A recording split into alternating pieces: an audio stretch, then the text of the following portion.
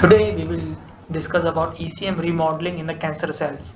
Although we have covered many videos about ECM remodeling in our previous videos, however in this video we will cover this ECM remodeling from different aspects. Basically we will cover three different aspects, that is how the post-translation modification occurs in the proteins such as collagens that helps in this ECM remodeling afterwards, and how these ECM degradations might occur in brief.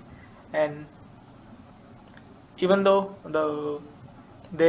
even though without protease there is a degradation or change in the ECM structure occurs, that also we will discuss, that how this change in the ECM modification occurs because of the integrins. So we will start with this ECM deposition and post-translation modification.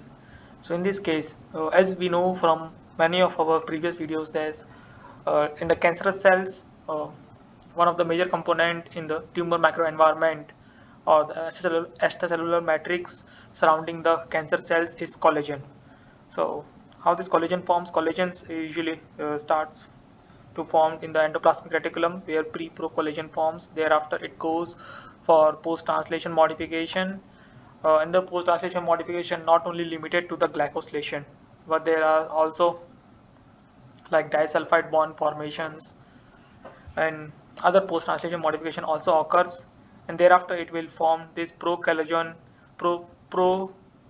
alpha chains, and after forming this pro-collagen alpha chains, the will convert them into this triple pro-collagen helix like structures. And once it reaches to the extracellular matrix, thereafter these propeptides both in the N terminal and C terminal are clipped off, and because of that now the collagens can interact with the locks that are present in the extracellular matrix, and that can help in the cross-linking formations, thereby changing the ECM compositions in a way that will help in the metastasis of the cancer cells. So this is about how the post-translational modifications of one.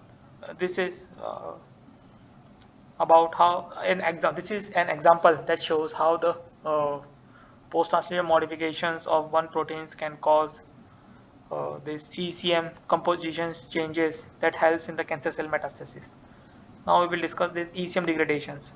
So, and this is just in a brief, that some of the proteases that are produced in a higher amount because of the reprogramming of the cancer cells.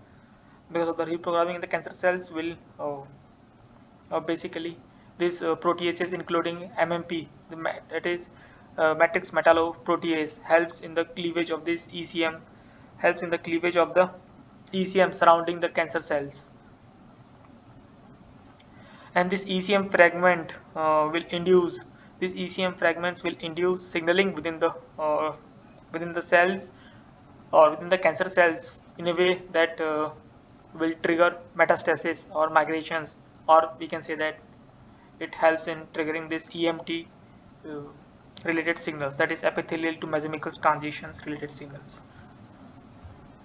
So this is how the ECM degradations occurs, and how it is related to the cancer metastasis. The last part is this force mediated ECM modification. So though we have covered this thing in our previous videos, that in that videos our focus is mainly on the intracellular changes. However, here what the figure says is that because of the because of this integrins interactions with this ECM, and this there is a mechanical signaling that occurs within the cells that we have already covered. However, the other things that occurs towards this ECM is that this integrins, because of the mechanical force, helps in changing these ECM modifications in a way that will remove the resistance, that will remove or reduce the resistance that thereafter, because of that the cancer cells can migrate or metastasis easily. So these are the different mechanism of the ECM remodeling and how they promote cancer cells invasion and metastasis. If you need to understand more about this ECM remodeling in cancer cells in detail, you can go through the reference that has been provided in the description. That's all for this video. Thank you for your time.